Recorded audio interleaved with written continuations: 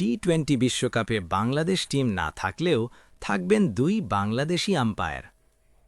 Bangladesh team টি-20 বিশ্বকাপ আসরে অংশ নেয় নাই, কিন্তু বিশ্বের কাছে দেশের প্রতিনিধিত্ব একেবারে থেমে যাবে না।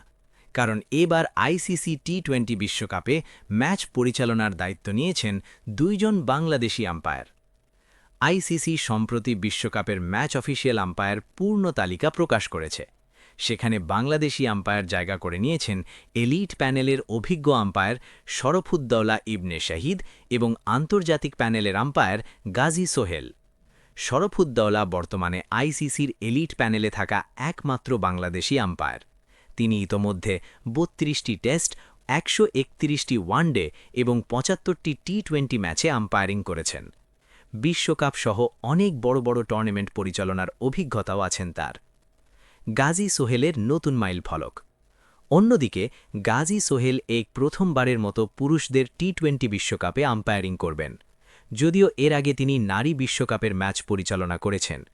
তার অভিজ্ঞতার ঝুলিতে রয়েছে 4টি টেস্ট, 21টি ওয়ানডে এবং 59টি টি-20 ম্যাচ। এটি গাজী সোহেলের ক্যারিয়ারে একটি বড় অর্জন হিসেবে ধরা হচ্ছে।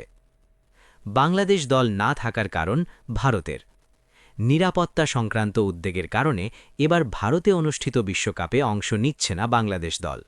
তবে এর মধ্যেও শরফুদ্দৌলা সাম্প্রতিক সময়ে ভারত ও নিউজিল্যান্ডের মধ্যকার ম্যাচ পরিচালনা করেছেন এবং এবার বিশ্বকাপেও গুরুত্বপূর্ণ দায়িত্ব পালন করবেন। বিশ্বকাপের ম্যাচ অফিসিয়াল ও বড় ম্যাচ। এবারের টুর্নামেন্টে মোট 6 জন ম্যাচ রেফারি ও 24 জন আম্পায়ার দায়িত্ব পালন করবেন।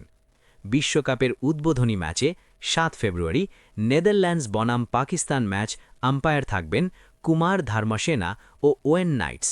আর সবচেয়ে আলোচিত 15 ফেব্রুয়ারি ভারত বনাম পাকিস্তান ম্যাচে আম্পায়ার থাকবেন রিচার্ড ইলিংওয়ার্থ ও কুমার ধর্মসেনা।